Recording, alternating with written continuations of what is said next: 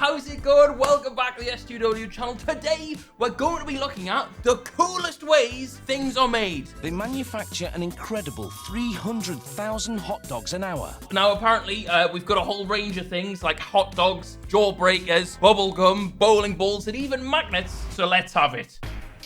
Oh, this is that classic nuts clip, isn't it? It takes about 1,100 nuts to make a single jar of peanut butter. It only takes 2 to fill up your mom's mouth. The shaking motion moves them around so they roast evenly. Wow. More than 3,600 kilograms of peanuts go through this roaster every hour. Where do they get all those peanuts? How do you grow a peanut? They don't grow in the ground. That's not where you get. What? I thought they grew on trees. Oh, that sounds really stupid now. What? So you can farm peanuts in the UK? That's incredible. The peanuts land in a big stainless steel container. Right. And where do they go from there? Oh. Surely they must put loads of sugar and stuff into it. The other ingredients go in. Yeah. Salt. Salt? And a small amount of hydrogenated vegetable oil. That sounds bad for you, whatever that is. The mixing has heated the paste to 60 degrees Celsius. Do you know what's mental to me? That there's just all this machining power to make peanut butter. There must be so many factories for so many different things. It seems like such a big operation for something that's not really that important. Protein-rich food. Wow! Look at the fillet.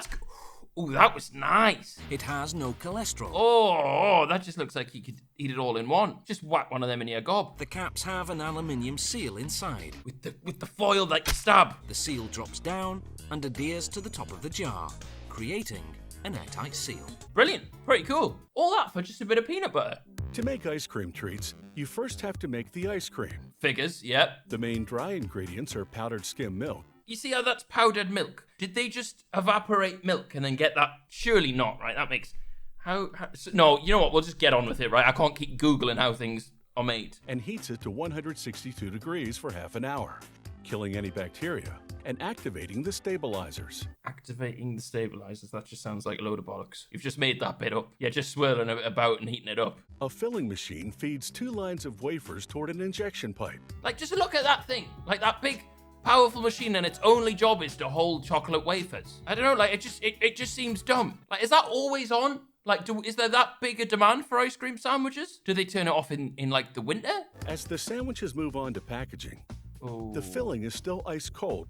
Oh wow, look how they're just snatched up. Wow, they must be able to make millions of them. The boxes go directly into a storage freezer at minus 22 degrees. Brilliant. Really good. These are great. The bowling ball has undergone a lot of changes over several centuries to become the ball it is today. But the latest version has turned out to be a real winner. God, we're really into bowling balls here, aren't we? As the mixture is piped into the molds, it quickly starts to cure and solidify. In just 2 minutes, it's ready to extract. This core is oblong. There's a person on this. It's not quite as satisfying when you need a human there. When you couldn't just set the machine and it could make infinite bowling balls. I'm not as big of a fan. Why does it look like... it looks like an urn. Why is there an urn in the middle? A special chemical in it causes the mix to solidify slowly. It can take days for it to harden around the center. All this for bowling balls? How often do you buy a bowling ball? There can't be that many bowling balls in the world compared to bottles of water. I just don't get how they make their money back when it's all this big setup and all this faff on, and all you're making is bowling balls. Nobody buys them. Even if you have a bowling ball alley, you probably only need I don't know, 100, 150. They're really durable, so surely you don't need to buy more. I think it's a stupid business idea. The core is now sealed in a symmetrical polymer shell. They just look like forbidden jawbreakers. This veneer has been scientifically formulated to enhance the ball's traction on the alley to curve it towards the bowling pins. Load of bollocks. Next, a spinning grinder. Oh wow, and then they just must pump it up to the alley from there. I've seen those trucks before. A spinning grinder shaves off the bump. Oh, that's quite nice to watch. With its 3 layers, this bowling ball looks like a big gobstopper. Wow, look at it cut open. That's really fun. And then how did they jab the fingers into it then? With this bowling ball in hand, success should be within striking distance. What? Oh. We didn't see the fingering bit. Ooh, bubblegum. This'll be good. Bubblegum comes in gumballs of all colors and sizes. Yes. It all starts with a gum base. That just looks like quite sad and gravelly. Then add color and flavoring. See, now that instantly looks really tasty. They pour in glucose syrup, a sweetener. Ooh, I wonder what that's like to just eat on its own. That looks like liquid crack. They blend the ingredients for about 20 minutes. The stirring action builds up heat, which melts everything together. Ooh, but oh, look at that! It's like someone's fucking blended. Who's that big pink fucker? That used to be on the telly. Quite scary. Mr. Blobby. It looks like someone's blended Mr. Blobby. The machine squeezes the mixture through a narrow opening, like squeezing toothpaste from the tube. Good. I like it. The extruders squeeze each strip down to the actual width of a piece of bubble gum. Well, and that's it. It's just made. You just chop it up. As the continuous stream of gum enters on one end, the machine cuts it into bite-sized pieces. I can't see shit. Well, this is rubbish. What's going on? The bubble gum moves on to a scale. That's so much bubblegum. Again, that's just always on. Like, shit, we just don't need that much bubblegum. Pretty cool. Nothing really hugely satisfying yet. Well, that doesn't look like a factory. That looks like the fella who owns the factory's house. Ooh, tequila. Workers called jimadores have grown and harvested the agave plant for tequila. Wow. It takes 7 years on average for a That species. just looks like really spiky pineapples. The jimadores routinely remove a small piece and measure the starch content of the crop. It's like a telescope. What the fuck are you looking at? Are they fucking growing big, massive dragon eggs over there? And that thing's only purpose is to make tequila. Where it's steam baked for 79 hours. This thorough cooking converts the agave starch, Into wood. now spills onto a shredder. Oh, and then we mash it up in it. Tear the fruit into long, thin fibers. Interesting. These fibers exit onto a conveyor. How does this make tequila? I feel like we've got a lot of steps ahead of us. Operated mechanically, the Tahona wheel turns to crush the fibers and squeeze out the precious agave nectar. Oh, it just looks like a big pile of cow shite. Whose voice is this? Because this bloke must do all these types of videos. I feel like I've heard it all before. After 2 distillation cycles, they have tequila. Nice. So it's over to the bottling line. Wow, look at that. It looks so drinkable, but it just tastes so horrible. An employee corks the bottle. Oh, no. Ruined. Human error. I want to see a machine corking it, mate. The next worker presses adhesive-backed transparent labels onto them. What a rubbish production line. You got to hand put the labels on. Even the Peanuts had a better one than that. Okay. Crayons. These crayons are made from a See what I mean? It's the same fella again. He must know loads about production. primarily paraffin, which is ideal because it's inexpensive and easy to melt. It also has what's called a nice rub-off. And we all love one of them. The wax is melted to 62 degrees Celsius. Then a secret powder is added to strengthen the crayon and act as A secret white powder? We can't just say it's secret. What is this? The f***ing Krabby Patty formula? That your job is to tell us how they're made. You can't just say, oh, well, this bit's a secret. In this case, the addition of yellow and red produces orange crayons. All these for crayons. I suppose there is a lot of kids in the world, and they all need something to do. It first injects the wax into crayon-shaped molds. Wow, that looks like they've just splattered a person inside there. Right, so now we've made a big crayon disc. How does this get into pencils? Just one rotary machine molds more than Oh, they're in tiny little holes. 2,700 crayons per cycle. Bet that place stinks. This factory churns out 30,000 crayons every hour.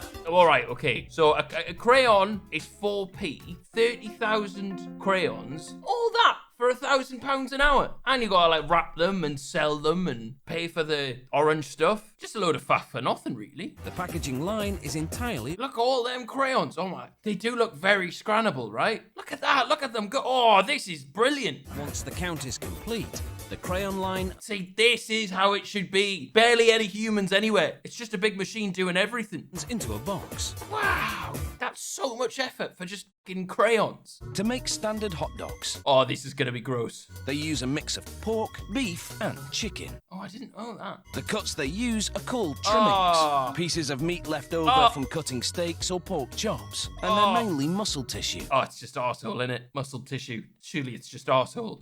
They add processed Ah. chicken trimmings to the gravy. Ah, what? Just looks like a big mound of shite. Why is it a paste? And what part of the chicken is paste? Oh, God. I f***ing love a hot dog. A dash of clear corn syrup adds sweet. Syrup? It's just so wrong. It looks hideous. And why are we putting just pure syrup in there? If you're the hot dog company, why are you letting people film this? Another machine then shreds the meat batter. Ah, it looks pretty. That just looks lovely. That just looks like really edible. Oh. It pumps the meat puree into a long casing, Oh, not Paula. Paula, the professional sausage handler. which drapes the hot dogs onto moving racks. It's just like some out of a sci-fi film. That's horrifying. The liquid smoke seeps through the casing and adds flavour to the dogs as they bake. The dogs. You might as well have made them out of dog. The hot dogs then file down to an unloading zone. It honestly looks like some part of the Death Star. They manufacture an incredible 300,000 hot dogs an hour. Who's eating 300,000 hot dogs? So they really do churn them out like it's a sausage factory. Which, of course, it is. Thanks, fella. Most gobstoppers are smaller than a golf ball. Oh, yes.